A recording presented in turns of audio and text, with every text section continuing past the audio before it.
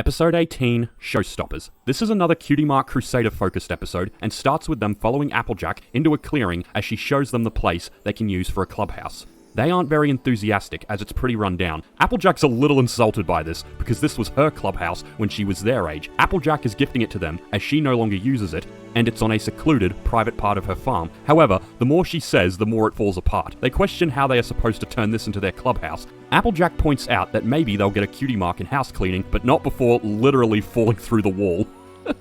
After the opening credits, we see Scootaloo in town drawing sketches of various houses. After finishing, she heads back to the clubhouse on her scooter. It's at this point I feel I should mention that despite being a Pegasus, Scootaloo can't fly.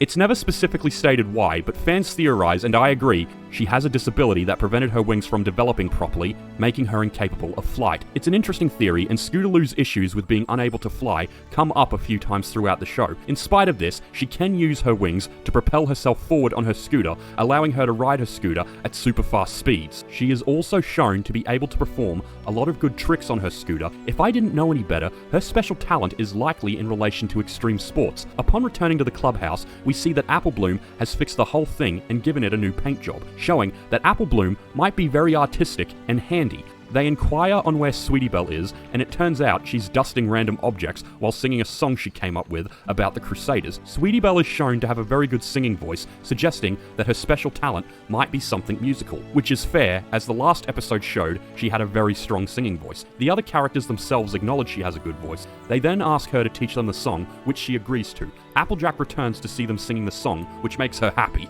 At first anyway, because Apple Bloom and Sweetie Belle are decent singers, but Scootaloo might not be that good. This will be important later. Applejack inquires what they're going to do next. With a new clubhouse, the map of Ponyville that Scootaloo was working on earlier, and the theme song, they plan to go on their next quest to find their cutie mark. This leads to a funny montage of them trying to get their cutie marks. They start with feeding the pigs at Sweet Apple Acres, and while successful, this doesn't earn them their marks. Also, pigs don't seem to be sentient in this universe, which seems a bit odd considering cows and donkeys are, but oh well. They try what I'm guessing is taffy making next. This ends in complete disaster, and I'm genuinely surprised they didn't die from this. Again, I know this is a kid's show, but I think that would kill someone in real life. Unsurprisingly, they don't get their marks. They try hairstyling next. I hope Rarity knows what they're up to. While I think they do a pretty good job, the customer leaves unsatisfied, so again, no cutie mark for them.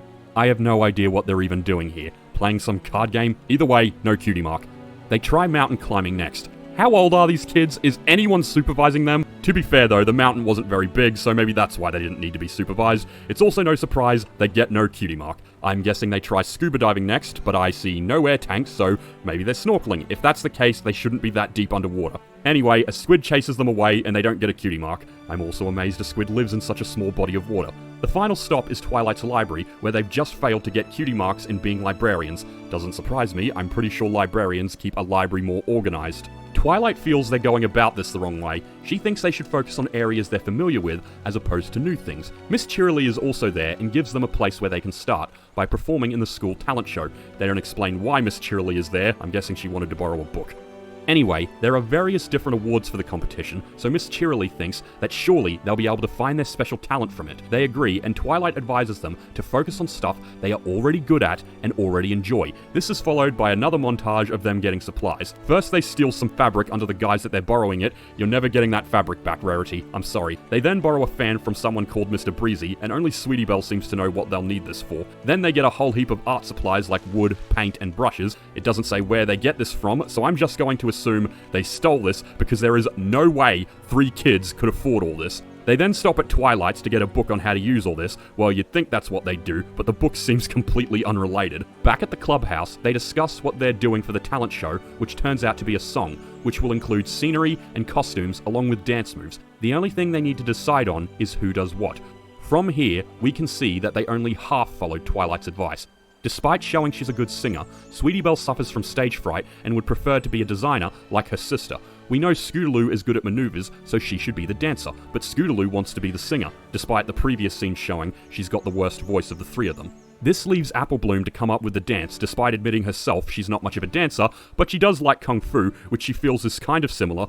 so she agrees to come up with the choreography. They don't even seem to acknowledge that considering she was the one who fixed up the clubhouse, she'd probably be the best at set design. And this is what I mean by only half following Twilight's advice. They clearly have skills they excel in, which would be the obvious choice for the talent show. However, they also listen to Twilight's advice on doing stuff they enjoy, which led them to their current decisions. Regardless, with the plan settled, they start. However, we quickly see that the wrong choices were made. Apple Bloom doesn't show a lot of coordination with dancing. Scootaloo, on the other hand, quickly shows where she's going wrong. Unfortunately, Apple Bloom still doesn't have the coordination required.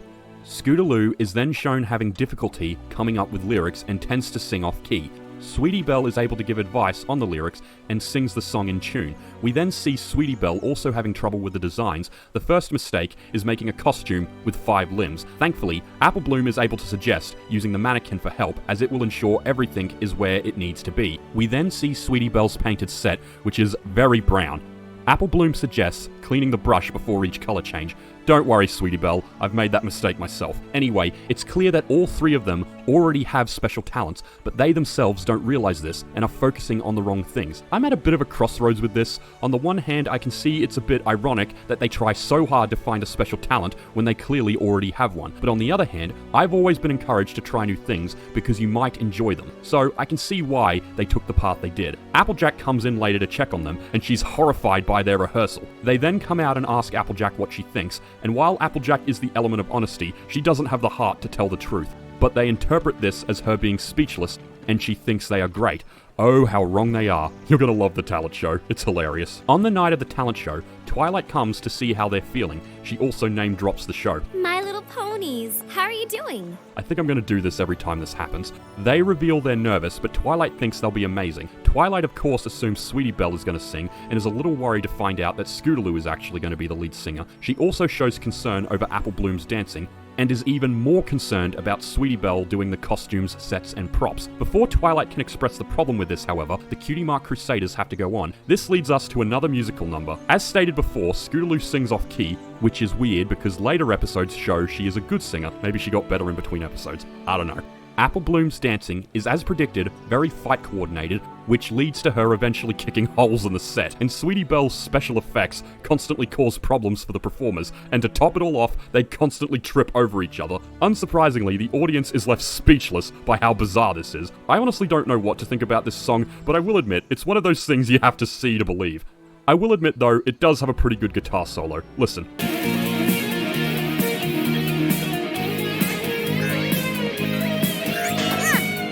The song ends with the entire set collapsing, causing intense laughter from the crowd, and they walk off stage embarrassed.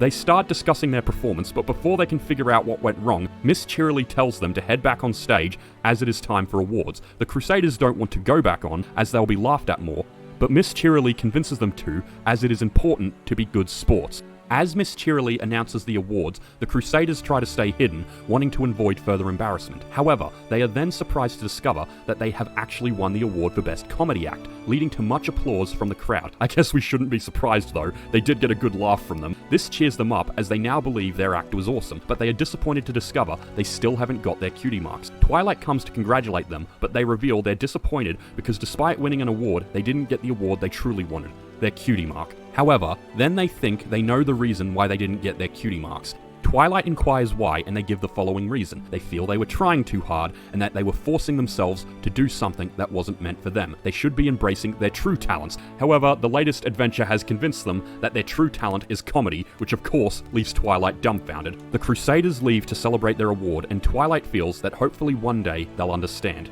Interestingly enough, this doesn't end with a letter to the princess. But I guess it's because the Cutie Mark Crusaders didn't truly learn the lesson here. The lesson is pretty simple. They are trying very hard to find their special talent and forcing themselves to be something they aren't, and instead, they should be embracing what they are truly good at, and we see that throughout the episode. I think this shows that when we are kids, we might have already discovered what we're good at, but we don't realize it ourselves, but we will, over time, as we get older and get more mature. This is a lesson the Cutie Mark Crusaders would constantly try to learn throughout the series.